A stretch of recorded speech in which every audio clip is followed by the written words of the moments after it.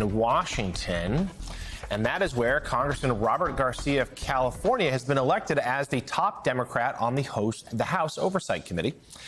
Serving in just his second term in Congress, Garcia has quickly risen through the ranks and has emerged as a young leader for Democrats, as per our previous conversation, as they weigh what's next for their party. And Congressman Robert Garcia of California joins us now. As noted, he's now the ranking member of the powerful House Oversight Committee. Congressman, congratulations on your election.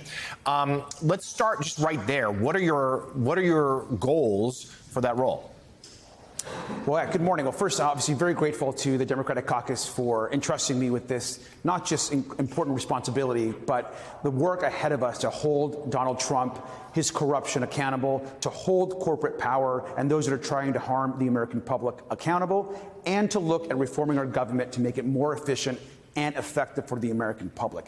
We have a huge agenda in front of us, and that's ensuring that we are doing everything that we can to protect the American people. We see what's happening around the country. We're seeing what ICE and Homeland Security are doing to terrorize people across this country. We see how billionaires are trying to rip off the American people and the middle class every single day.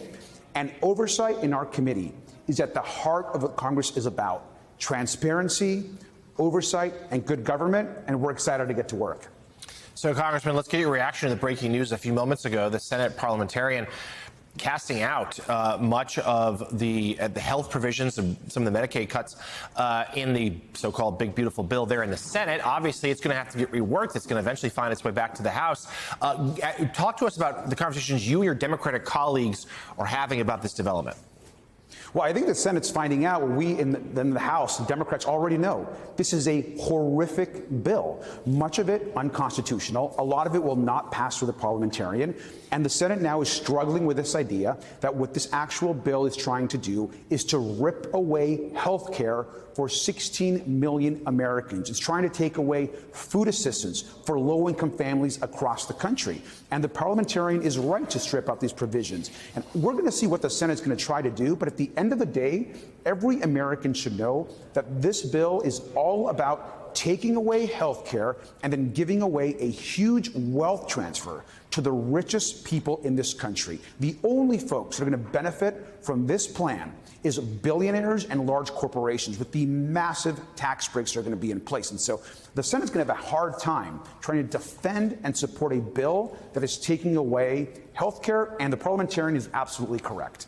Congressman, can you talk to us a little bit about your plan to exercise oversight and some transparency into the operations of ICE?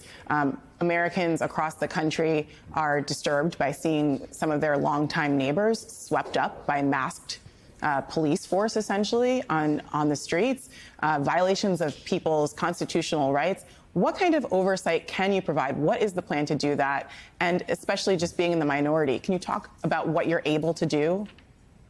Look, let me just start by saying that I'm an immigrant myself. I came to this country with my family, and we are grateful to this country. We love this country. What's happening right now is not the America that we know and that we've all worked hard to build. 70% of people that are right now being arrested and taken by ICE have zero criminal record. 70%. It is outrageous and shameful what is happening. We're seeing this father of 3 military Marines being arrested, being harassed on the street. We're seeing U.S. citizens being taken by ICE for no reason. We're seeing people that are essentially being scooped up who've done nothing wrong in this community that are showing up to their immigration appointments given to them by us, the U.S. government, and then being arrested for absolutely no reason and given no due process.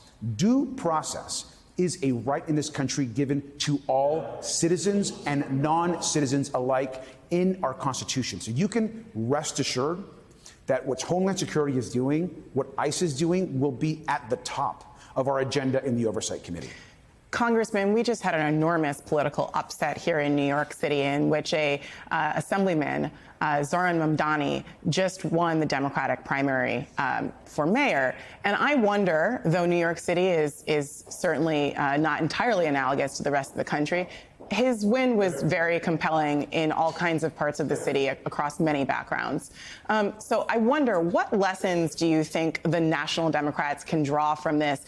I just specifically want to ask you about the kind of excitement that Mr. Mamdani has inspired. We're seeing Democrats from again, all different political persuasions come together to support this candidate. You know, has the National Party been focused too much on simply fighting Donald Trump rhetorically? Is there a positive message that Democrats should embrace? Why aren't they able to excite the base the way Mr. Mamdani has? First, I just, this was a huge win. Congratulations to him. And I think as a former mayor, I looked at this race and this campaign. What he was able to do was to capture the energy of the people on the ground that right now are struggling and they want their costs lowered. Democrats should take lessons from his win. He ran an excellent campaign. He reached out to voters on digital platforms. And I think, I've been hearing a lot of folks talk about why he won or why he had support. To me, it's crystal clear. He had good ideas, and he took those ideas and campaigned across New York City and to implement those. And so I think this is a moment for Democrats to absolutely learn good lessons from that campaign. I congratulate them. I think his campaign is exciting. And let's be really clear. He is the Democratic nominee for mayor of New York City. Democrats need to get on board. This is the future, and we have a lot of lessons, I think, positive to learn. So on that note, one thing that cannot escape attention is that he is just 33 years old. Your party, of course, has been gripped in internal debate for that part of a year now about the age of its leadership. That included President Biden, but certainly not limited to him. Do you think that this victory is voters telling your party it is time to turn the page? Yes, and I think it's important to note that the Democratic Party has struggled. We know this already, but it is also now expanding the tent. It is looking at new leaders. We should always be looking at the next generation of folks to bring to the table. There is an energy out there. People are fired up. I am grateful to have been elected by my colleagues to this role. I get the difference and for some folks, the change that also represents here in Congress. And what Zoran is doing in New York City is something also that is reaching not just voters there, but across the country. The Democrats need to embrace the young people in our party that are demanding change, that are out there and actually promoting good ideas that appeal to the American public. And I think it's an exciting moment for the party. And Congressman, lastly, before we let you go, revisiting our top story, of course, the military strikes in Iran a few days ago. You sit on the Homeland Security Committee. Do you have concerns about potential retaliation from Iran? They have blustered, Tehran has, about having sleeper cells that they could activate throughout the West, including here in the U.S. What sort of alert are you on? What should Americans be considering? First, I also saw this horrific press conference. I think that our posture right now should not be attacking the press, not giving us information, and certainly downplaying the seriousness of what the moment is in. I think that we should all be very concerned about what just happened. We had essentially a strike in Iran with no consultation. We are, to this day, those of us in Congress have received no classified information or briefing about what happened. Zero. We had actually a briefing that was canceled by the White House administration. The American public should know that Congress is in the dark. There is only one person who knows what's happening right now, and it's Donald Trump. And that should concern every single American. And in addition to that, we have no idea how successful this actual strike was. These reports that are coming out right now are incredibly concerning, where we may have, in fact, done the opposite. Iran may now be empowered to actually speed up development of a nuclear weapon, which we know is not acceptable in the region. So it is very concerning, and we have no information right now to what's going on, and we are demanding answers. What's happening right now should not be happening in the United States and is not making us safer.